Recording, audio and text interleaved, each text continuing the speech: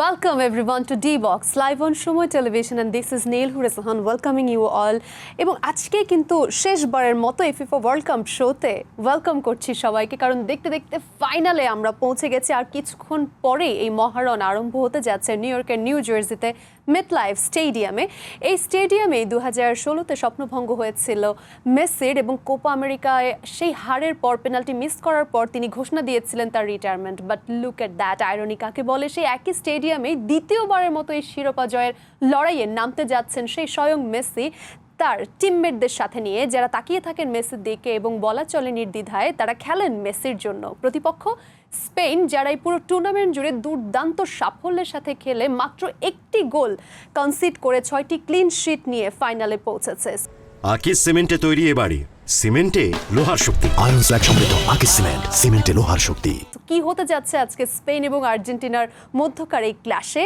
একদিকে euro champion, অন্যদিকে Copa America champion, Latin America team, European team, অনেক কিছুর ক্ল্যাশ আজকে হতে যাচ্ছে। আমার সঙ্গে আছেন বাংলাদেশ জাতীয় ফুটবল দলের প্লেয়ার রহমত মিয়া। কেমন আছেন? Welcome to the show once again. Thank you, আলহামদুলিল্লাহ আমি ভালো আছি। কতটা পাম্পড আপ এন্ড এক্সাইটেড ফাইনালের জন্য? ডেফিনেটলি 40 দিনের মতো হচ্ছে, 40 দিন পরে ফাইনালের জন্য অপেক্ষা মানছিলাম। এখন ফাইনাল চলে এসেছে, সবাই excited as well as me. আমিও এক্সাইটেড যে আসলে ফাইনালটা উপভোগ করব। Let's see who will be the winner. Final উপভোগের জন্য আমরা সবাই তাকিয়ে আছি, এক্সাইটমেন্ট আছে, নার্ভাসনেস আছে। আমি জানি না, আমি একদমই হার্ডকোর আর্জেন্টিনা ফ্যান তো নই, তারপরেও আমার নার্ভাস লাগছে যে কি হতে পারে। আমি জানি না বাংলাদেশের এত আর্জেন্টিনা ফ্যানদের আবার কি অবস্থা, এবং একই সাথে স্পেনকে সাপোর্ট করার লোকও কিন্তু কম পাওয়া যাচ্ছে না। অনেকে কিন্তু বলছে যে মানে মাল্টিপল টিম নিয়ে তারা ঐক্য জোট করেছে। ব্রাজিল ফ্যান, পর্তুগাল ফ্যান, ফ্রান্সের যারা ফ্যান আছে, জার্মানির যারা ফ্যান আছে, তারা সবাই অনেকেই সাপোর্ট করছে স্পেনকে। আর স্পেনের সাপোর্টার যারা, তারা তো আছেই। ডেফিনেটলি আমাদের আসলে ওয়ার্ল্ড কাপ আসলে বাংলাদেশের দুইটা ভাগ হয়ে যায় সাধারণত, ব্রাজিল এবং আর্জেন্টিনা, এবং অন্যান্য টিমও আছে সেখানে। বিশেষ করে আকর্ষণ আসে আসলে আর্জেন্টিনা ব্রাজিলের। যখন কোনো একটা টিম বাদ পড়ে যায় তখন সেই টিমের, যে টিম জিততে থাকে তার এগেনস্টে সব টিমকে সাপোর্ট করতে থাকে। সো ইটস নর্মাল, এবং খেলাতে সাপোর্ট করাটা ইটস নট অ্যান ইস্যু। মজাটাই হয়তো এখানে, এই জন্যই ফুটবলটা আরো বেশি আকর্ষণীয় হয়ে ওঠে। শুধুমাত্র বাংলাদেশে নয়, এই দলাদলি যেটাকে আমরা বলি, বা এই খুনসুটি কিংবা ঝগড়াঝাটি, তুমুল তর্ক, এটা পুরো বিশ্ব জুড়েই চলছে। আজকে স্পেন এবং আর্জেন্টিনার মুখোমুখি লড়াইয়ের কথা তো নিশ্চয়ই হবে পুরো শো জুড়ে। জাস্ট ছোট্ট করে না বললেই নয়, তৃতীয় স্থান নির্ধারণী ম্যাচ নিয়ে আমরা কালকেও আলাপ করছিলাম, এবং যেমনটা বলছিলাম অনেকেই হয়তো এটাকে ডাল মনে করছে। ইভেন কোচেস বলছিলেন যে প্লেয়াররাও খেলতে চায় না এই ম্যাচ। বাট সবাই হয়তো ঘুম চোখে খেলাটা দেখতে বসেছিলেন, তারপরেই কিন্তু ঘুম ছুটে গিয়েছে টুর্নামেন্টের সর্বোচ্চ গোল, 10টি গোল দুই দলের পক্ষ থেকে। কি মনে হয় ফ্রান্স কেন এতটা নিষ্প্রভ ছিল ইংল্যান্ডের বিপক্ষে ফার্স্ট হাফে 4টা গোল? How is it possible? আমার ফার্স্ট হাফে ফ্রান্সের খেলা দেখে আমি নিজেও হতাশ। আমি পুরো খেলাটাই দেখেছি। ফার্স্ট হাফ আমার মনে হয়েছে যে ফ্রান্স টিম পুরো নিষ্প্রভ, কোনো অ্যাটাক নেই, কোনো বল পজিশন নেই। আমার মনে হয়েছে যে ফ্রান্স টিম আসলে খেলতেই চাচ্ছিল না। এবং আমরা সাধারণত প্র্যাকটিস করার সময় ড্রিল করে থাকি অ্যাটাকিং অ্যান্ড ডিফেন্ডিং। আমার মনে হচ্ছিল যে ইংল্যান্ড টিম অ্যাটাক করতেছে আর ফ্রান্স টিম ডিফেন্ড করতেছে, প্র্যাকটিস করতেছে। সো আমার ফার্স্ট হাফটা দেখে আমি ভাবছিলাম ঘুমিয়ে যাব। বাট সেকেন্ড হাফের 10 মিনিটের ভিতর যখন আমি চেঞ্জেসটা দেখছি ফ্রান্সের, আমি তো ফোনে স্ক্রিনে খেলা দেখতে দেখতে শুয়েছি যে একটু দেখে ঘুমিয়ে যাব। বাট ইংল্যান্ডের গোলের পর গোল, তারপর উঠে আসলে টেলিভিশনের সামনেই বসতে হচ্ছে। আমার মনে হয় এরকম অনেকেই আছে, এবং সেই জায়গায় কিন্তু পরবর্তীতে ফ্রান্সের আবার ঘুরে দাঁড়ানো ফার্স্ট হাফের পরে হয়তো ইংল্যান্ড গোল দিয়েই তাদেরকে জাগিয়ে দিয়েছে। তারপর আবার ফ্রান্সের প্রত্যাবর্তন, এমবাপ্পের 2টি গোল এবং গোল্ডেন বুটের জয়, আবারও এগিয়ে গেছেন, মেসিকে ছাড়িয়ে গেছেন। ইভেন ফিফা ওয়ার্ল্ড কাপ হিস্ট্রির সর্বোচ্চ গোলদাতা এখন কিলিয়ান এমবাপ্পে। আমরা কিলিয়ান এমবাপ্পের জন্য মেসির গোল্ডেন বুট জয়ের কি হবে সেটা নিয়েও কিন্তু এখন প্রশ্ন থেকে যাচ্ছে। কি হতে যাচ্ছে আছে আর্জেন্টিনা এবং স্পেনের মধ্যকার ফরমেশন কেমন হতে পারে? একটা সম্ভাব্য ফরমেশন চলুন আমরা দেখিনি। আর্জেন্টিনার সম্ভাব্য একাদশ আমরা দেখছি 4-1-3-2। যদিও স্কালানি আসলে ফরমেশনের খুব একটা ধারেন বলে মনে হয় না, তিনি প্রতিনিয়ত চেঞ্জ করতে থাকেন। সারপ্রাইজ এলিমেন্ট, চেঞ্জেস, মিডফিল্ডের চেঞ্জেস, স্টার প্লেয়ারদের বসিয়ে দেওয়া। 92 মিনিটসে আমরা লাউতারোকে দেখিয়ে এসে গেম চেঞ্জিং স্কোর করে ফেলেন। না, স্বাভাবিকভাবে আসলে ফরমেশনটা কোনো ম্যাটার করে না 90 মিনিটসের ম্যাচে। কারণ ফুটবল খেলাটা এমন প্রতিটা সময় মোমেন্টাম চেঞ্জ হতে থাকে Right. এবং আপনি একটা ফরমেশন দিয়ে আপনি পুরো খেলাটাকে কন্ট্রোল করতে পারবেন না। আমার মনে হয় আজকের ম্যাচে প্রত্যেকটা মিনিটে মিনিটে ট্যাকটিক্যাল চেঞ্জেস আসতে পারে, কারণ দুই টিমই, এক টিম হচ্ছে সুপার ডিসিপ্লিন টিম, এক টিম মেন্টালি খুবই স্ট্রং, লাইক আর্জেন্টিনা, তারা কামব্যাক করতে করতে এসছে এই পর্যন্ত। সো আমার মনে হয় যে ফরমেশন ডাজেন্ট ম্যাটার। স্বাভাবিকভাবে ফ্ল্যাট 4 খেলতো প্রিভিয়াস ম্যাচগুলোতে আর্জেন্টিনা, 4-4-4-2, বাট সেমিফাইনাল থেকে 4-1-3-2-তে গিয়েছে, কারণ Right. হচ্ছে তাদের ডিফেন্ডিং যে হোল্ডিং মিডফিল্ডারটা এই জায়গাটাতে তাদের ভুগতে হয়েছে। সো আমার মনে হয় এই জন্য স্কলনি আসলে হোল্ডিং মিডফিল্ডারটা দিয়েছে এবং আজকেও মনে হয় সেভাবেই স্টার্ট করবে। তিনি কিন্তু প্রয়োজন বুঝে 4-4-2, আমরা 3-5-2-ও আসলে শিফট করে খেলতে দেখেছি স্কালোনিকে। স্পেনের সম্ভাব্য একাদশ দেখতে পাচ্ছি 4-2-3-1। কি মনে হয় এই ফরমেশনেই কি আসলে আজকে লুইস দে লা ফুয়েন্তে নামবেন? মোস্ট প্রবাবলি, কজ 4-2-3-1-এর একটা প্রায়োরিটি বেশি থাকে হচ্ছে ডিফেন্ডিংয়ের ক্ষেত্রে।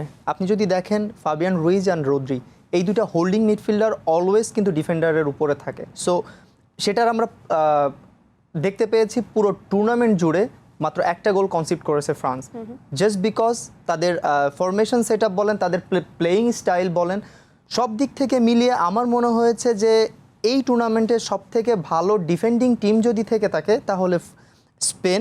এবং স্পেনের রদ্রি এবং ফাবিয়ান রুইজ, সাধারণত Rodri most of the time ডিফেন্ডিংয়ের উপরেই সবসময় থেকেছে এবং প্রতিটা কাউন্টার অ্যাটাক, স্বাভাবিকভাবে আমরা ফুটবলের ভাষায় যেটাকে বলি, এটা হচ্ছে যখন অ্যাটাক আসে রেস ডিফেন্স। রেস ডিফেন্স হচ্ছে আপনি অ্যাটাকে আসেন কিন্তু আপনার ডিফেন্ডার সহ কিছু হোল্ডিং মিডফিল্ডার থাকে কাউন্টার অ্যাটাক প্রিভেন্ট করার জন্য। So this is called rest defence. So আমার মনে হয় স্পেনের এই রেস ডিফেন্সটা সব থেকে বেশি স্ট্রং এবং এই ফরমেশনে নামবে আজকে মোস্ট প্রবাবলি আমার মনে হয় এমনটাই হয়তো হতে 4-2-3-1-এই আমরা নামবে। পুরো টুর্নামেন্ট জুড়ে কিন্তু আসলে দেখেছি লুইস দে লা ফুয়েন্তের টিম হাই প্রেসিং খেলছে এবং সেভাবেই তারা খেলছে। প্রতিবারই আমরা দেখি পরিকল্পনা অনেকটা এমন থাকে যে প্রতিপক্ষকে হাই প্রেস করে একটা চাপে রাখা। রদ্রি কিন্তু দারুণ অ্যাঙ্কর রোল প্লে করেন এবং মিডফিল্ডে তাদের একটা অন্যরকম ব্যাটল হয়। আজকে আমরা কিন্তু ভাবছি it's going to be Messi versus Rodri, মিডফিল্ডে কি হতে যাচ্ছে সেই জায়গাটায়। পুরো গেমটা তিনি আসলে ডিটেক্ট করেন, অ্যাঙ্কর রোল প্লে করেন যাতে বল রিকভার করার সাথে সাথেই পাল্টা অ্যাটাক করা যায়, কোনো স্পেস তারা প্রতিপক্ষকে দিতে চায় না। জি, যদি স্পেনের কথা বলেন, আসলে স্পেন স্বাভাবিকভাবে সাফোকেটেড ফুটবল খেলে থাকে, অপোনেন্টকে সাফোকেটেড করে প্রতিটা ফেলে। ম্যাচে কিন্তু চোখ করে খেলেছে অপোনেন্ট। এক্স্যাক্টলি, সাফার করতে হয়। বিশেষ করে আপনি যদি লাস্ট সেমিফাইনাল ম্যাচ দেখেন, ফ্রান্সকে রীতিমতো তারা সাফোকেটেড করেছে। আর স্বাভাবিকভাবে যখন কোনো ভালো টিম বা ভালো প্লেয়াররা বল পজিশন ছাড়া উইদাউট বলে রানিং করতে থাকে, সাধারণত সেই প্লেয়ারগুলো মোরালি ডাউন হতে থাকে এবং তাদের পারফরমেন্স রেটিংটাও ডাউন হতে থাকে। আমার মনে হয় স্পেনের এই একটা স্ট্রং বেস যে তারা বল পায়ে রেখে অপোনেন্টকে সাফোকেটেড করতে চায় এবং এটার একটা স্ট্রং পয়েন্টও আছে। যখন 22 জন ফুটবল খেলতেছে স্বাভাবিকভাবে একটা বলের জন্যই তো।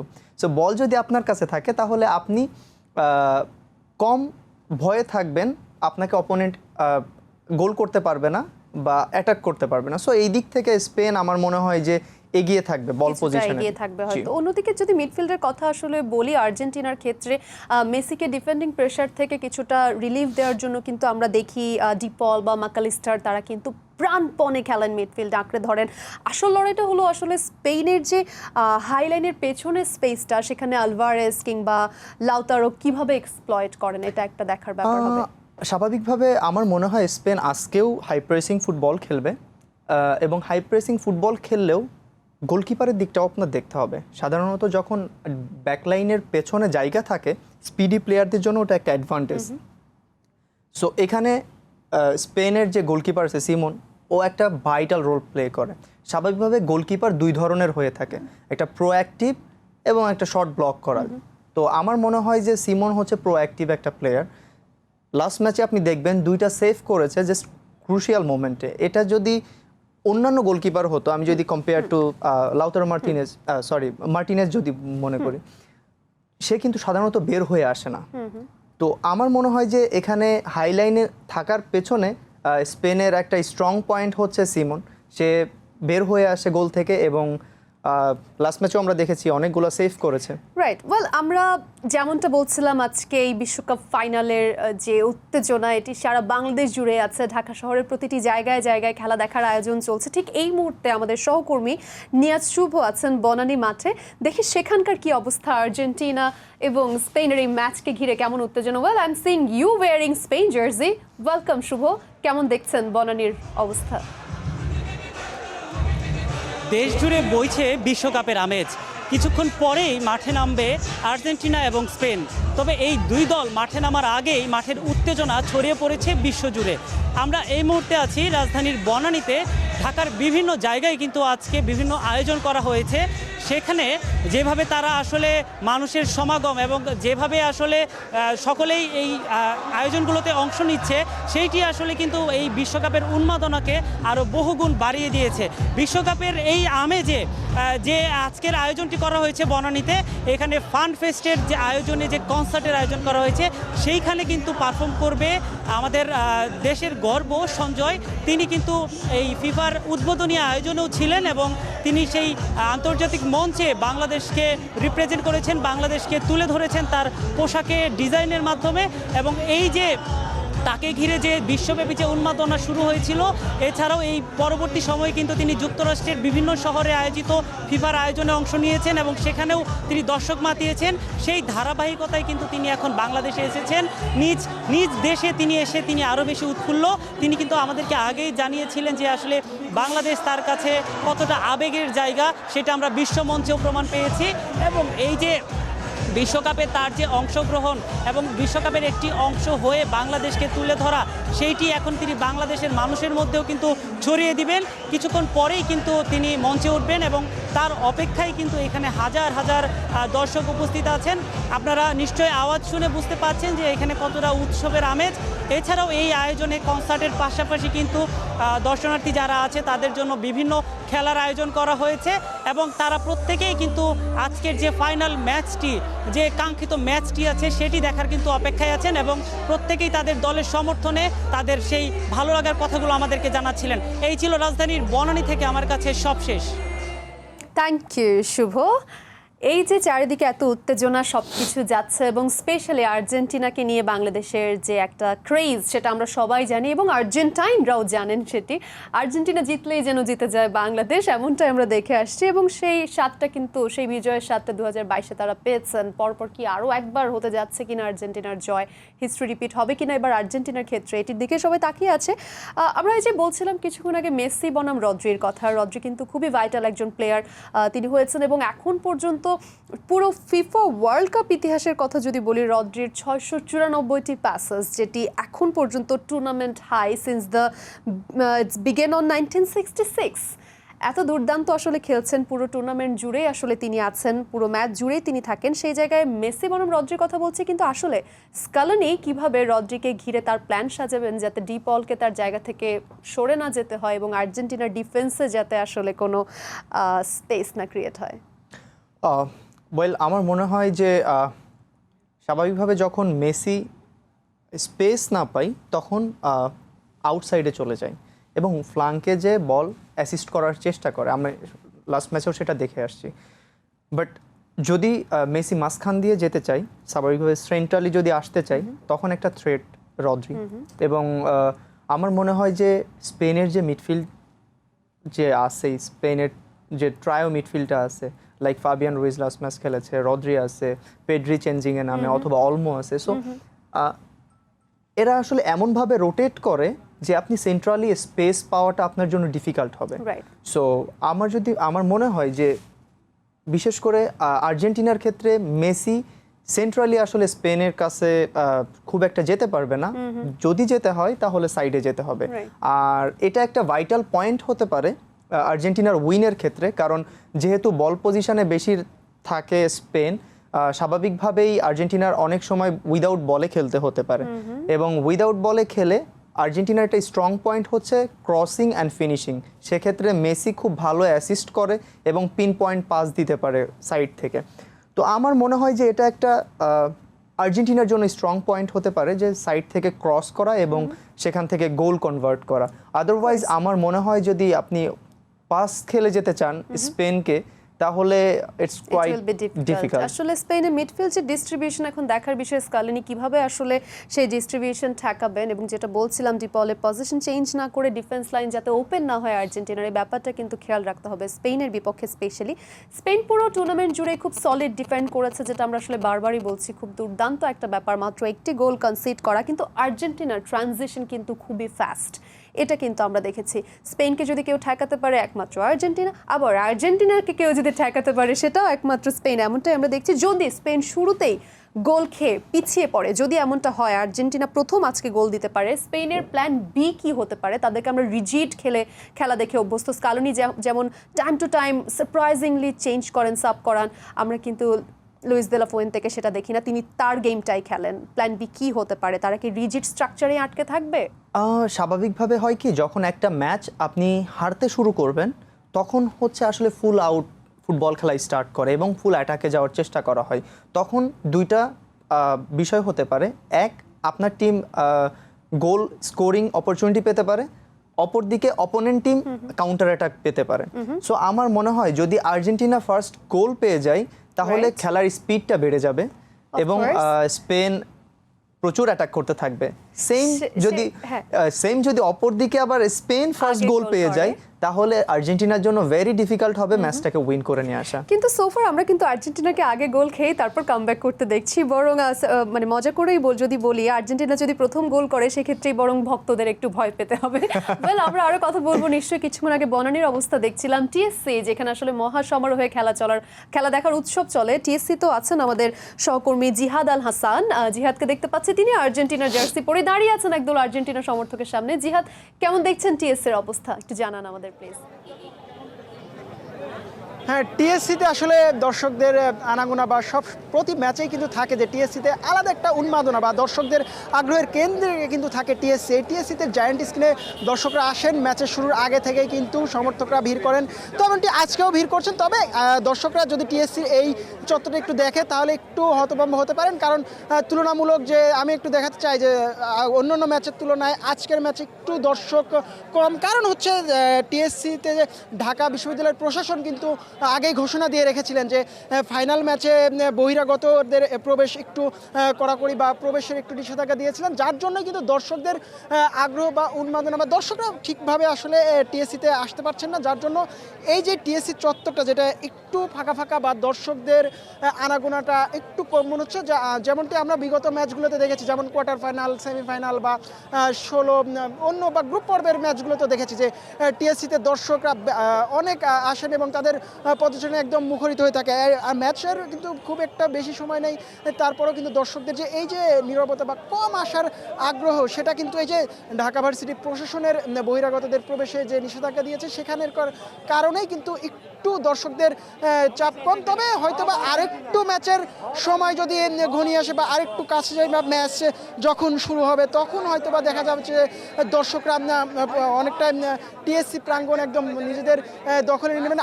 বিশেষ করে যদি বলে আর্জেন্টিনা সমর্থকদের কথা, আর্জেন্টিনার সমর্থকরা কিন্তু একটা অন্য লেভেলে, এদের ক্রেজ কিন্তু অন্য লেভেলে দেখেছি যে সব ম্যাচেই কিন্তু আর্জেন্টিনার সমর্থকরা সব কিছু একদম দখল করে নেয়। যেমনই দেখছেন যে এই মুহূর্তে আর্জেন্টিনার সমর্থকরা যেভাবে আসলে ক্রেজিনেস উল্লাস বা করছেন, তারা কিন্তু এই যে আর্জেন্টিনার সমর্থকরা কিন্তু একদম মেসি গর্জন করছেন, সমর্থকরাও যেভাবে দেখেছি যে চিয়ার আপ করছেন, তারা উদ্দীপনা রয়েছেন যে কিন্তু এই ম্যাচটি জিতবেন। এবং টিএসসিতে যে এমনটি গর্জন স্বভাবতই পাওয়া যায়, স্বভাবসুলভ তেমনটি কিন্তু দেখতে পাচ্ছি যে ক্যামেরার লেন্স আসতে সমর্থকদের কিন্তু উচ্ছ্বাস শুরু হয়ে গেছে।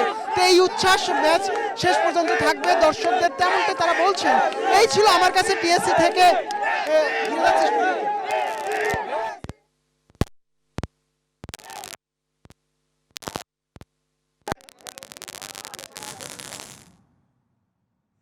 ওয়েল, যেমনটা তিনি বলছিলেন যে ইয়েস, ঢাকা বিশ্ববিদ্যালয়ের প্রশাসন কিন্তু শুধুমাত্র মানে নিজেদের মানুষদের জন্য, স্টুডেন্টদের জন্য রেখেছেন, বহিরাগতদের আগমনটা নিষিদ্ধ করেছেন, উইচ ইজ গুড।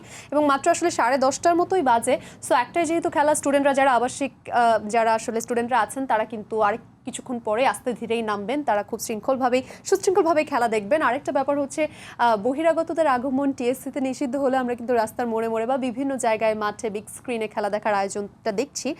ইন্টারেস্টিং ব্যাপার হলো প্লেয়ারদের নিয়ে কথা বলছিলাম, সেই জায়গায় ওয়ারজাবালের কথা একটু আলাদা করে বলতে চাই। দারুণ একটা রেকর্ড তার কিন্তু আছে, তার ক্যারিয়ারের 6টি ফাইনালেই তিনি গোল করেছেন এবং পেনাল্টিতে গোল করার তার যে একটা দৃঢ় মানসিকতা, যেটা আমরা মেসির ক্ষেত্রে দেখি পেনাল্টি গোল তিনি অনেক মিস করেন, সেই জায়গায় কিন্তু ওয়ারজাবাল একদমই ডিফারেন্ট। একই সাথে সেমিফাইনালেও কিন্তু পেনাল্টিতে গোল করে ফ্রান্সকে অনেকটাই ছত্রভঙ্গ করে দিয়েছিলেন। এখন পর্যন্ত তিনি এই ওয়ার্ল্ড কাপ টুর্নামেন্টে 5টি গোল নিয়ে স্প্যানিশ কিংবদন্তি এমেলিও এবং ডেভিড বোয়ার পাশেই রয়েছেন। আজকের একটি গোল কিন্তু তাকে স্প্যানিশদের মধ্যে নিজেদের মধ্যে সর্বোচ্চ গোলদাতা করবে।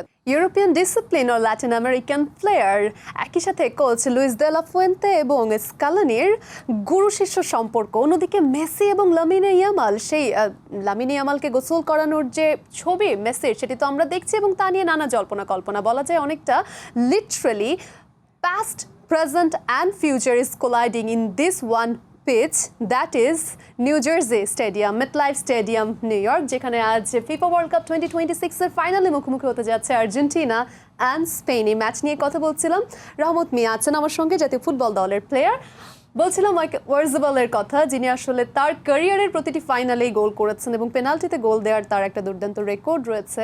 নিজেদের হয়ে সর্বোচ্চ গোলের তালিকায় আছেন তিনি 2 কিংবদন্তির সাথে। আজকে একটি গোল কিন্তু তাকেই করে দেবে একমাত্র সেই দাবিদার। কেমন মনে হচ্ছে এই স্ট্রাইকারকে আজকে কিভাবে দেখতে হবে? স্বাভাবিকভাবে স্পেনের সলিড নাম্বার 9 নেই, ফলস স্ট্রাইকার হিসাবে খেলানো হয়। সো আমার মনে হয় যে ওয়ারজাবালের জন্য একটা ডিফিকাল্ট সিচুয়েশন হতে পারে। স্বাভাবিকভাবে স্পেন অ্যাটাকগুলো করে হচ্ছে উইং থেকে, এবং উইং থেকে স্বাভাবিকভাবে লামিনে ইয়ামাল এবং অ্যালেক্স বায়ানা আসলে আসে। তো আমার মনে হয়, এবং অলমো পিছন থেকে আসে। সো ওইখানে গোল পাওয়াটা এটা আসলে স্পেনের স্ট্রাইকার হিসাবে ভেরি ডিফিকাল্ট। যদি সলিড স্ট্রাইকার হতো, লাইক যদি বলেন কিলিয়ান এমবাপে উইঙ্গার, যদি solid number 9 Harry Kane, Erling Haaland, এরা হচ্ছে solid number 9। So solid number 9-এর একটা বিশেষত্ব হচ্ছে পজিশনের থেকে গোল করার প্রবণতা বেশি থাকে, এবং যারা ফলস নাম্বার 9 খেলে, সাধারণত ফলস স্ট্রাইকার যারা খেলে, কেউ তো আমরা অনেকটা সেভাবেই খেলতে দেখি। যেহেতু গোলের কথা চলেই এলো, আজকে শুধুমাত্র আর্জেন্টিনা কিংবা মেসির আর্জেন্টিনা বলে ভুল বলা হবে না, তারা যেমন দ্বিতীয়বারের মতো পরপর এই ট্রফি জেতা লড়াইয়ে নামছে, সেই সাথে মেসির কিন্তু আরেকটা লড়াইও চলছে, সেটি হলো গোল্ডেন বুট রেস, যেখানে কালকের সেই গোলে ভরপুর ম্যাচে কিলিয়ান এমবাপ্পে কিন্তু তার আরেকটা রেস দিয়ে এগিয়ে গেছেন অনেকটাই, 10 গোল 4 অ্যাসিস্ট নিয়ে এখন তিনি আছেন নাম্বার 1 পজিশনে। অন্যদিকে লায়নেল মেসি 8 গোল এবং 4 অ্যাসিস্ট। আজকে যদি মেসিকে এই রেসে এগিয়ে যেতে হয়, সেক্ষেত্রে হয় 3টি গোল দিতে হবে কিংবা 2টি গোল 1টি অ্যাসিস্ট তার থাকতে হবে। Is it possible against Spain? কি মনে হয়? আসলে quite difficult for Lionel Messi, because স্পেনের বিপক্ষে 2টা গোল করা এবং অ্যাসিস্ট করা। সো আমার মনে হয় যে যদি 2টা গোলও করে, স্বাভাবিকভাবে এটা টাই হয়। আমি আজকে দেখতেছিলাম আসলে টাই হলে কে পেতে পারে, কে না পেতে পারে। সো সেখানে অনেকগুলো সমীকরণ আছে, বাট এখানে ক্লিয়ার সমীকরণ, যদি যেতে হয় তাহলে মেসির গোল দিতে হবে এবং অ্যাসিস্ট করতে হবে। তো আমার মনে হয় সেটা ডিফিকাল্ট হবে মেসির জন্য। যেহেতু এমবাপ্পে লাস্ট ম্যাচে 2টা গোল করেছে এবং একটা অ্যাসিস্ট করেছে, সো আসলে মেসির জন্য ডিফিকাল্ট হয়ে যাচ্ছে। সো আমার মনে হয় না যে মেসি আসলে পার্সোনাল অ্যাচিভমেন্টের জন্য টিমের অ্যাচিভমেন্টটাকে দূরে রাখবে। মেসি আসলে আমরাই হয়তো বেশি ভাবছি, that's what makes him very different, he is always very humble. তবে তাও এটা তো ভাবতেই হয় 2022 মেসির ওয়ার্ল্ড কাপ জয়, কিন্তু সেবারও কিন্তু তার কাছ থেকে গোল্ডেন বুট ছিনিয়ে নিয়েছিলেন কিলিয়ান এমবাপ্পে। ওয়েল, আমরা ঢাকার অবস্থা দেখছিলাম সোফার, যে আজকে খেলা নিয়ে উত্তেজনা কেমন বনানীতে কিংবা টিএসসিতে। ঢাকার বাইরেও কিন্তু এই ফুটবল জ্বর আছে। সিলেট থেকে আমাদের সঙ্গে যুক্ত হচ্ছেন আমাদের সহকর্মী Jayanta. Welcome to D box. সিলেটের অবস্থা কেমন দেখছেন? এই ম্যাচ ঘিরে উত্তেজনা কেমন? আর্জেন্টিনার সাপোর্টার বেশি নাকি স্পেনের সাপোর্টার বেশি? যদি আপনাকেই দেখতে পাচ্ছি আর্জেন্টিনার জার্সি পরে আছে। বিশ্ব ফুটবলের শ্রেষ্ঠত্বের লড়াইয়ের শিরোপা নির্ধারণী ম্যাচ আর্জেন্টিনা বনাম স্পেনের সেই ফাইনাল ম্যাচটি কিছুক্ষণের মধ্যেই শুরু হবে, এবং এই বিশ্বকাপের যে আমেজ বিশ্বজুড়ে যেমন ছড়িয়ে পড়েছে, ঠিক তেমনি কিন্তু বাংলাদেশের সিলেটও সেই আমেজটি ছড়িয়ে পড়েছে। সিলেটের বিভিন্ন জায়গায় বড় পর্দায় সেই ফাইনাল ম্যাচটি উপভোগ করার জন্য ফুটবল প্রেমীরা জড়ো হচ্ছেন। এই মুহূর্তে আমি রয়েছি সিলেট সিটি কর্পোরেশন যে নগর ভবন রয়েছে, সেই নগর ভবন প্রাঙ্গণে, যে নগর ভবন প্রাঙ্গণে ফুটবল প্রেমীরা এসে জড়ো হচ্ছেন, তারা ফাইনাল ম্যাচটি উপভোগ করতে চান। জানিয়ে রাখতে চাই আর্জেন্টিনা এবং স্পেনের এই ম্যাচটি অনেক হাড্ডাহাড্ডি হবে এবং মাঠের গাণিতিক রণকৌশলের উপর ভিত্তি করে আসলে যারা ফুটবল প্রেমী তারাও মনে করছেন যে মাঠের গাণিতিক যে রণকৌশল হবে সেই রণকৌশলে আসলে বোঝা যাবে কে হাসবে শেষ হাসি। জানিয়ে রাখতে চাই আর্জেন্টিনার 7টি ম্যাচে কিন্তু 19টি গোল দিয়েছে এবং যে স্পেন, সেই স্পেনের কিন্তু 7টি ম্যাচে কিন্তু 1টি গোল হজম করেছে। কাজে স্পেন যেরকম, স্পেনের যেমন স্পেনও যেমন আসলে নতুনভাবে তারা ইতিহাস শুরু করতে চায়, তারা দ্বিতীয়বারের মতো বিশ্বকাপ জিততে চায়, অন্যদিকে আর্জেন্টিনা চতুর্থবারের মতো কিন্তু শিরোপাটি তাদের গড়ে তুলতে চায়। আর্জেন্টিনা সবশেষ 1978, তারপর 1986, তারপর 2022 সালে আসলে তারা শিরোপা নিয়েছে। এবারও কিন্তু তারা শিরোপা নিতে চায়, অন্যদিকে স্পেন দ্বিতীয়বারের মতো শিরোপা নিতে চায়। এবং সিলেটে বৈরী আবহাওয়া বিরাজ করছে, কিছুক্ষণ আগেও বৃষ্টি হয়েছে, কাজেই ফাইনালের যে উন্মাদনা, ফাইনাল যেভাবে তা উপভোগ করার কথা, সেই উপভোগটি আসলে তারা কতটুকু করতে পারবে এটি আসলে সন্দেহ প্রকাশ করছে অনেকে। উন্মুক্ত স্থানে বড় পর্দার আয়োজন করা হয়েছে এই ফাইনাল ম্যাচটি উপভোগ করার, সেটি আসলে কতটুকু সম্ভব হবে অনেক ফুটবল প্রেমীরা আসলে দুশ্চিন্তা রয়েছেন। তবে যদিও বৈরী আবহাওয়া থাকে, তারপরেও ফুটবল প্রেমীরা এসে জড়ো হতে শুরু করেছে। শুধুমাত্র নগর ভবনের সামনে নয়, সিলেট জেলা স্টেডিয়ামের রেকাবি বাজারের জিমনেশিয়ামেও কিন্তু রয়েছে বড় পর্দায় খেলার আয়োজন। এছাড়াও বিভিন্ন পাড়া মহল্লায় রয়েছে এবং জানিয়ে রাখতে চাই বিভিন্ন বাসা বাড়িতেও আসলে এই ফাইনাল ম্যাচকে ঘিরে কিন্তু মহিলারা মজাদার সুস্বাদু খাবার তৈরি করবে এই ম্যাচে যারা উপভোগ করবে। যেহেতু 2 ঘন্টা 3 ঘন্টা ধরে আসলে এই আমেজ চলবে, সেই আমেজটি যাতে সবাই মিলে, পরিবারের সবাই মিলে উপভোগ করতে পারে এটি থাকবে। এবং সবকিছু মিলিয়ে যদি বলি, মাঠে যেমন আর্জেন্টিনার 11 জন প্লেয়ার স্পেনের 11 জন প্লেয়ারের সাথে লড়বে, আর্জেন্টিনার সমর্থকরা পড়েছে আসলে বিপদে। আর্জেন্টিনার সমর্থকরা শুধুমাত্র স্পেনের সমর্থকদের সাথে কথা লড়াই, তর্কের লড়াই করছে না, ব্রাজিল সমর্থক থেকে শুরু করে অনেকের সাথেই আসলে তর্কযুদ্ধ চালিয়ে যাচ্ছে। কারণ যেই বলা যায় যে আসলে আর্জেন্টিনার সমর্থকদের জন্য অনেকটাই যেমন মাঠের লড়াইয়ের কথা বলতে হচ্ছে, মাঠের বাইরেও আসলে তর্ক করতে হচ্ছে। এবং সব মিলে আর্জেন্টিনার সমর্থকরা মনে করছেন তাদের যে জার্সি রয়েছে, যে জার্সিতে 3টি স্টার রয়েছে, সেইটিতে 4র্থতম স্টারটি লোডিং, এমনটাই মনে করছেন আর্জেন্টিনার সমর্থকরা। অন্যদিকে স্পেনের যারা সমর্থক রয়েছে তারা বলছেন দ্বিতীয়বারের মতো তারা শিরোপা তুলবে। অন্যদিকে ব্রাজিল সহ অন্যান্য দলের সমর্থকরা কিন্তু মুখিয়ে রয়েছে আর্জেন্টিনা যেন হারে, এটি দেখার জন্য। তো আসলে সবকিছু মিলিয়ে বলা যায় ফাইনাল ম্যাচ উপভোগের অপেক্ষায় ফুটবল প্রেমীরা। এই ছিল আমার কাছে সিলেটের নগর ভবনের সামনে থেকে সবশেষ। Thank you Jayanta. ওয়েল, সিলেটের অবস্থা আমরা দেখছিলাম, ওখানে একটু বৈরী আবহাওয়া চলছে, তারপরেও কিন্তু খেলা দেখার জন্য মাঠে আছে। ওয়েল, আমরা যদি ফার্স্ট হাফের কথা আজকে চিন্তা করি, ফার্স্ট হাফে আপনার কাছে কি মনে হয় কেমন হতে যাচ্ছে? আমরা লুইস দে লা ফুয়েন্তেকে দেখি, তিনি বেশ রিজিড হয়ে খেলেন এবং তিনি তার মতো করেই খেলেন। অপোনেন্ট তার দিকে কি থ্রো করছে সেই অনুযায়ী কিন্তু তিনি তেমনটা চেঞ্জ করেন না। অন্যদিকে আমরা কিন্তু স্কালানিকে দেখি, তিনি তার মতো করে আসলে প্ল্যান, প্রতিপক্ষকে দেখে তার প্ল্যান ইনস্ট্যান্ট চেঞ্জ করেন, অ্যান্ড সেটা কাজেও লাগে। That's why he is called the mastermind. First হাফের দু দলের স্ট্র্যাটেজি কেমন মনে হয়, কি হতে পারে? আমার মনে হয় যে Spain will go for high press, because last ম্যাচেও এটা করে এসছে এবং আমার মনে হয় যে তারা এভাবেই স্টার্ট করবে এবং এরা কোয়াইট ওয়েল আসলে স্পেন করে থাকে। আর স্বাভাবিকভাবে হাই প্রেসে আর্জেন্টিনার একটু উইকনেস আছে, যদি আমরা সেটা দেখে থাকি যে সুইজারল্যান্ডের ম্যাচে রেড কার্ড খাওয়ার আগ পর্যন্ত সুইজারল্যান্ড কিন্তু এনাফ প্রেশার ক্রিয়েট করতে পেরেছে এবং অপরচুনিটি ক্রিয়েট করেছে। সো আমার মনে হয় যে আর্জেন্টিনার উইকনেসটা, সেই জায়গাটায় উইকনেস থেকে কিছু রিগেইন করার জন্য বলি, আমার কাছে মনে হয় যে স্কালানি হয়তো 4-3-3 ফরমেশনে শিফট করে হাই প্রেসিং খেলবে এবং লাউতারো মার্তিনেজকে দিয়ে এক ধরনের গেম চেঞ্জিং কিছু করার ট্রাই করবে। হয়তো স্প্যানিশ সেন্টার ব্যাককে অ্যাটাক করতে চাইবে। Would you agree? হতে পারে এমন? না, ডেফিনেটলি এটা আসলে ডিপেন্ড করে হচ্ছে রেজাল্টের উপর, কত মিনিট হচ্ছে বা কত মিনিটে আছে সেটার উপর ডিপেন্ড করে আসলে আপনার ট্যাকটিক্সগুলো চেঞ্জেস আনতে হয়। এবং রাইট, আমরা যেমন ট্যাকটিক্যাল একটা গেম তো আজকে হতেই যাচ্ছে, দুই কোচেরই দুই রকম আছে এবং যেটা বলছিলাম স্কালানি কিন্তু লুইস দে লা ফুয়েন্তের তার শেষ রোসও দেখা যাক, দুজনকে খুব ভালো জানেন। সেই জায়গাটা তো আছে। লামিনে ইয়ামাল মেসির মধ্যকার যে এক ধরনের আজকে স্টার্টিং এর যে হ্যান্ডশেক, সেটাও কিন্তু ক্যামেরা খুঁজবে, বিকজ এই দুজনের সম্পর্কটা কিন্তু অনেক পুরনো, সেই 19 বছর আগে যখন লামিনে ইয়ামাল 1 বছরের শিশু। বাট আমরা অনুষ্ঠানের শেষের দিকে আছি, যদিও খেলার রেজাল্ট তো খেলার মাঠেই বলবে। আপনার প্রেডিকশন কি বলছে? না, আসলে প্রেডিকশন রাইট ওয়েতে যাচ্ছে না। লাস্ট ম্যাচে চিন্তা করেছি যে এমবাপ্পে 2 গোল করবে এবং ফ্রান্স জিতবে, বাট এমবাপ্পে ঠিকই 2 গোল করেছে, কিন্তু 6 গোল যে খেয়েছে সেটা আসলে এক্সপেক্টই করিনি। হ্যাঁ। এবং 10 গোলের একটা ম্যাচ দেখবো সেটাও এক্সপেক্ট করিনি, যদিও That's it. এটা ফাইনাল ম্যাচ। সো আমার মনে হয় যে স্পেন যদি আসলে তাদের থ্রু আউট দ্য টুর্নামেন্ট যেভাবে ডিফেন্ডিং করে এসছে এবং তাদের যদি পারফরমেন্সটা দিতে একই পারে, হ্যাঁ, একই রকম। তাহলে আমার মনে হয় যে স্পেন এগিয়ে থাকবে। Okay. এবং সো প্রেডিকশন গোল ওয়াইজ জাস্ট এক কথা শুনবো কি হতে পারে আজকে? প্রেডিকশন গোল ওয়াইজ একটা match। আমি স্পেনকে এগিয়ে রাখতে চাই, কজ 2-1 ওকে, আমি বলছি আর্জেন্টিনা 2 2-1 স্পেন 1। লেটস সি, আমি Let's বলার জন্যই বললাম, আমি ইউজুয়ালি ডোন্ট প্রেডিক্ট। একই দিকে যেমনটা বলছিলাম, লুইস দে লা ফুয়েন্তে কিন্তু নিজের মতো খেলেন। সব বার্সেলোনার অলমোস্ট 24 জন টোটালি 2 দলের স্পেনের লা লিগায় খেলেন, 2 দলের যে 52 জন, এবং তার টিমে কিন্তু কোনো রিয়াল মাদ্রিদের প্লেয়ার নেই, এই জন্য কিন্তু বার্সা ফ্যানরাও খুব happy. I'd love to discuss more about that, but সময় আমাদের শেষ হচ্ছে। Thank you so much for your time, hopefully enjoy করবেন। হোপফুল ইনশাআল্লাহ। And same goes to you everyone, যারা এই সময় টেলিভিশনের পর্দায় পুরো ওয়ার্ল্ড কাপ সিজন জুড়ে দেখেছেন খেলা এবং দেখেছেন আমাদের ডি বক্সের এই আয়োজন। Thank you so much for being with us.